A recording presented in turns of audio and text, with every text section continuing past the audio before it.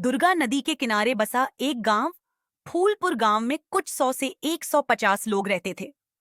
अंजलि, जो कि पास ही के जिले में रहती थी और 12वीं पास कर चुकी थी, उसके पिताजी ने बेटी को जल्दी विदा करने के लिए उसकी शादी फूलपुर के मुकेश से करवा दी थी। मुकेश कभी स्कूल नहीं गया था और इस कारण वह पढ़ा लिखा नहीं था और बाकी गांव वालों की हालत भी मुकेश जैसी थी। मुकेश के घर में उसके माता पिता भी रहते थे।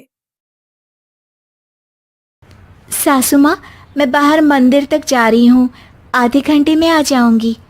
अरे अभी कहीं जाने की जरूरत नहीं है, चुपचाप जाके रसोई में रात के खाने की तैयारी करो। और ये घूंघट क्यों हटा लिया है तुमने? क्या पता नहीं कि इस गांव में औरतें बिना घूंघट के नहीं रहती? रात में अंजलि छत पर जाकर अपनी मम्मी से बात कर रही होती है।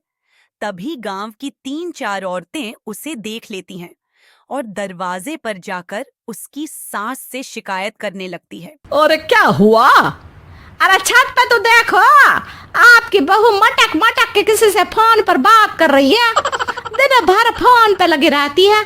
अरे कल तो मंदिर के पास वो क्या कहते हैं, सेल्फी ले रही थी। शहर की बहू रखना अच्छा, शान की बात है, पर देखना इसके लक्षण से ये तो तुम्हारे परिवार को बदनाम ना कर दे।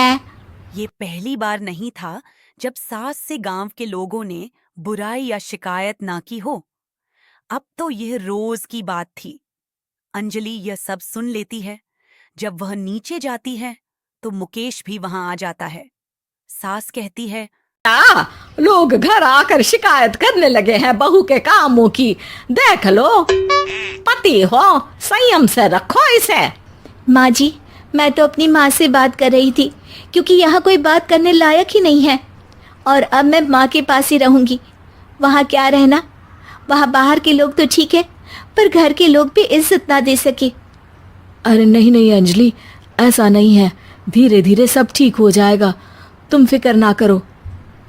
अरे बस कुछ बोलना ही नहीं है, सर पे चढ़ा रखा है बहू को। सास मुकेश की नर्म बात सुन के वहां से मुंह चिढ़ाकर चली जाती है।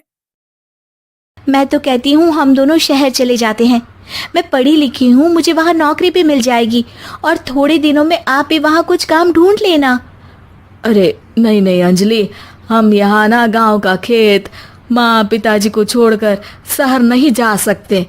माँ पिताजी को कैसा लगेगा और गांव वाले क्या सोचेंगे?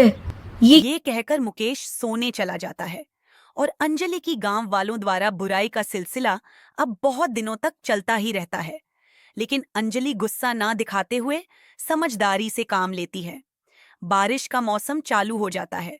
जोरदार बारिश से पूरे गांव में हाहाकार मच जाता है। दुर्गा नदी में बाढ़ आ जाती है और बाढ़ का पानी पूरे गांव की फसल तबाह कर देता है। फसल की यह हालत देखकर गांव वाले निराश हो जाते हैं और बात तो यहां तक पहुंच जाती है कि कुछ लोग तो अंजलि को इस सब का दोषी ठहरा देते हैं।